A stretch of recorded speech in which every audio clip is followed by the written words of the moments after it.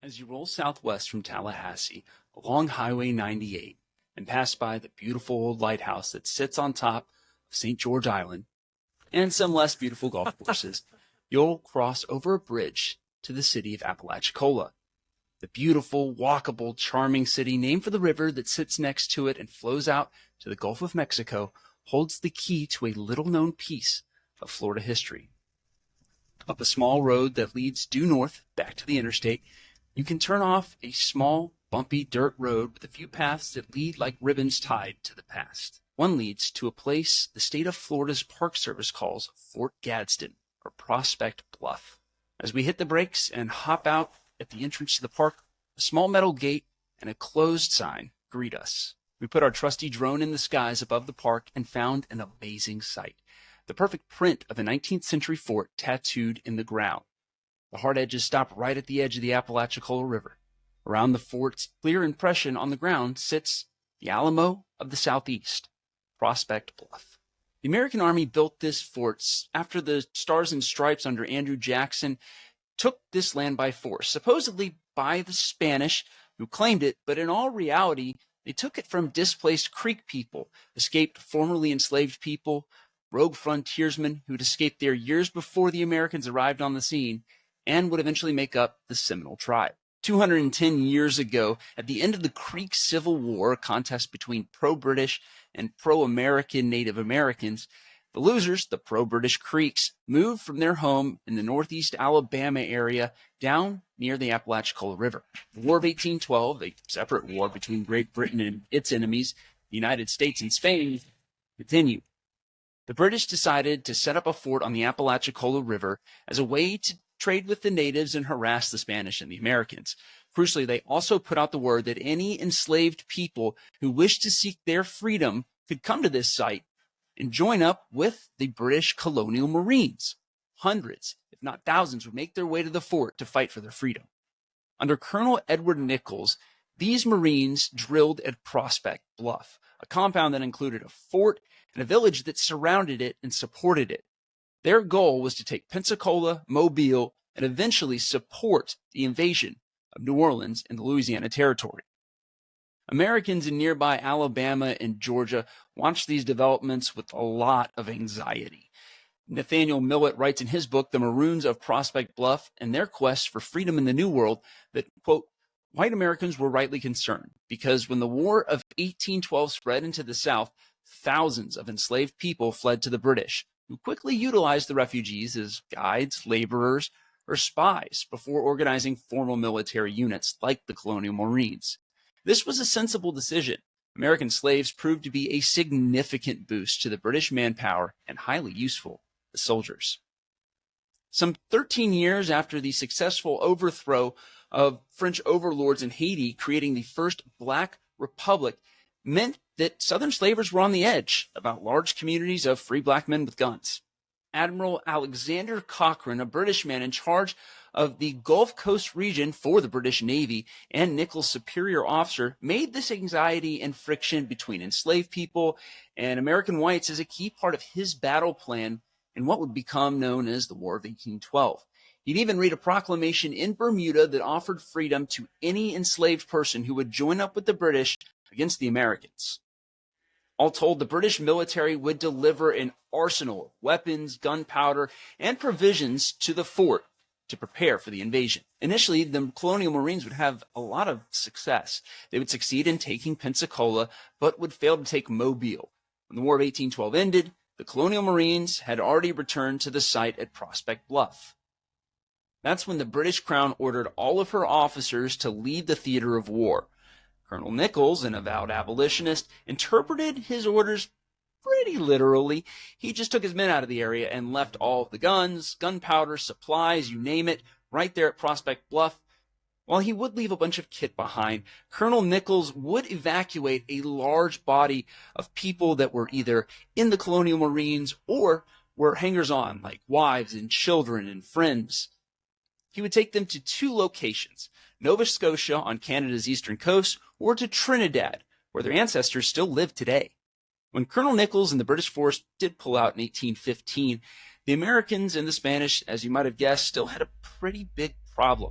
A massive force of well-trained men and about 1,000 people that did not want to return to slavery, many of them had been formerly enslaved people, had secured themselves in a strong fort at Prospect Bluff near a high-trade waterway from Spanish territory upriver into American land. There were 3 men in charge of this thorn in the American side. The first, Garçon, was a 30-year-old carpenter who had freed himself from a Spanish man in Pensacola after the British had captured the city in the War of 1812. Another man, Abraham, was a man who had been enslaved by a local company called the John Forbes Company, and there's a lot of literature about those guys. In a nutshell, the John Forbes Company was a local company that had made most of its money by predatory lending on Native Americans in the area. The third man, Prophet Josiah Francis, was a Red Stick Creek Indian leader in the Creek Civil War who had found his way down to Prospect Bluff after the Red Stick Creeks had lost that war. By the colony's second year of existence, it consisted of a fort and small settlements up to 50 miles away from Prospect Bluff. The Americans were pretty much tired of having to worry about the threat from raiders and the fact that free blacks had set up their own civilization just outside of reach. American Colonel Robert Patterson, familiar with the fort and the situation, advised that, quote, the fort was becoming a growing threat to slavery itself, end quote. Americans made reports about these Native Americans and African American people who had freed themselves as, quote, committing depredations. But what really was going on was a bunch of people were being free and other people didn't like it. Ultimately, Patterson, one of the people that didn't like it, would advise a speedy elimination of the fort and everybody there. That's when the first governor of Florida and the 7th president of the United States, Andrew Jackson, now a general in his capacity, this is before all of the politicking, would send General Gaines and Lieutenant Colonel Duncan Clinch to destroy the fort, which the Americans called Negro Fort. Clinch set out with soldiers to build another fort where the Chattahoochee and Flint rivers merged to create the Apalachicola River. He met up with a force of Coweta Creek Indians who began to move to surround the fort at Prospect Bluff. As this combined American Creek force moved around to encircle Prospect Bluff, they pretty quickly realized they didn't have enough men to take the fort. So that's when they decided to wait for U.S. Navy gunboats to sail up the Apalachicola River to help them out with artillery support. At this point, the fort had a much reduced population compared to what they had had just a year before. About 80 defenders that were able-bodied, ready to fight, and 200 civilians were at the fort at this time. And they watched the Americans approach by land and by sea. This is when Garçon, one of the leaders of this fort, raised the British colors and a red flag, which meant no quarter and no surrender to ask. Essentially, this is how the Battle of the Black Alamo began. Tom Thoman, a professor of history at the University of West Florida, says that the engagement began when American gunboats were moving up and down the Apalachicola River to goad the fort's defenders into firing on them. The battle raged for a week, and that's when the American gunboat launched a hot-shot shell, which is literally a heated-up cannonball. The ball landed perfectly, hitting the powder magazine and blowing up the entire fort. It was a huge explosion that killed almost everybody inside. Dr. Marcus Black, a physician with the United States Army who witnessed this explosion, wrote home to his father, quote, "You cannot begin to describe the scene," end quote. Of the few survivors, some like Garçon were immediately and summarily executed for their crimes against the United States government. Others were forced back into slavery. Finally, some, like Josiah Francis, made it out before or during the siege. Francis would make his way to England to lobby for a mutual security pact between the British and the Creek/Seminole people. He'd return to Florida and be executed when his pleas were ignored by the British Crown. But I think the fact that this was the largest free black settlement in the continental United States is pretty significant in its own right. But also, if you look at the story of the people who survived all that happened to them, from whether it was escaping enslavement, joining the British colonial marines to fight in the War of 1812, and then beyond that, surviving the explosion that occurred at Prospect Bluff in 1816 and all the death that happened there. It's really a story of people being resilient and fighting for their freedom and liberty. And I think, what more of an American story is there than that people are willing to put everything on the line to remain free, to finally get the liberty that they believed that they were inherently born with. And I think that is a great American story. But I also think, as Americans, we often root for the underdog. And again, you have a community who was willing to die and fight for their liberty, despite the fact that they were up against overwhelming odds in terms of both military, but also socially, culturally, politically. The odds were really stacked against them. Yet, despite all that, the ones who did survive and managed to eventually find their freedom, I think, represent that ideal. I think better than most of the history that we often are taught and that most of us do know about already. The battle, which some, or really most scholars say, started the beginning of the first of three Seminole Wars from between 1815 and the 1850s, also resulted in the building of Fort Gadsden, a much smaller redoubt on the Apalachicola River, right on top of the site of the former fort on Prospect Bluff.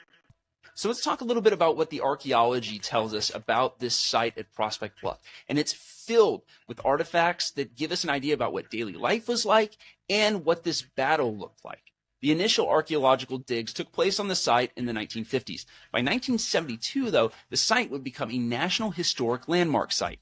Bria Brooks, a graduate student in the underwater archaeology department at the University of West Florida, cool name, because she wanted to find out more of the secrets that the Apalachicola River could reveal about Prospect Bluff and the people who lived, fought, and died there for a chance to be free. So I came to the University of West Florida wanting to study the African diaspora through underwater archaeology. So Prospect Bluff was like the perfect settlement because it was on the Apalachicola River and it formerly enslaved people here from Pensacola at the site. So it was like a perfect piece of subject, aligned very good with our research. This history not often spoken about or publicized, matters to marginalized people, both here in America and further afield. The descendants of those people who were at Prospect Bluff and survived that explosion, it is very important for them that site's also preserved. And for the tribe, for different tribes that we have in Florida and in Oklahoma, the Seminole tribe of Florida, the Miccosukee in Florida, and other non-federally recognized tribes, that site is sacred ground because so many people died there, both indigenous people and humans who died on the site. It was horrible. The site is one of only 4 on the Underground Network to Freedom Trail that is here in Florida. It is also believed to be the largest community of freed Black people in the United States before the end of slavery. I think the biggest thing I've learned is how big and wide range maroonage was in Florida. Like before, I didn't have any idea about the amount of resistance and conflict that was going on in Florida during the antebellum period. I just knew about plantations and historical work on plantations, but I didn't hear much about maroonage in the saltwater railroad.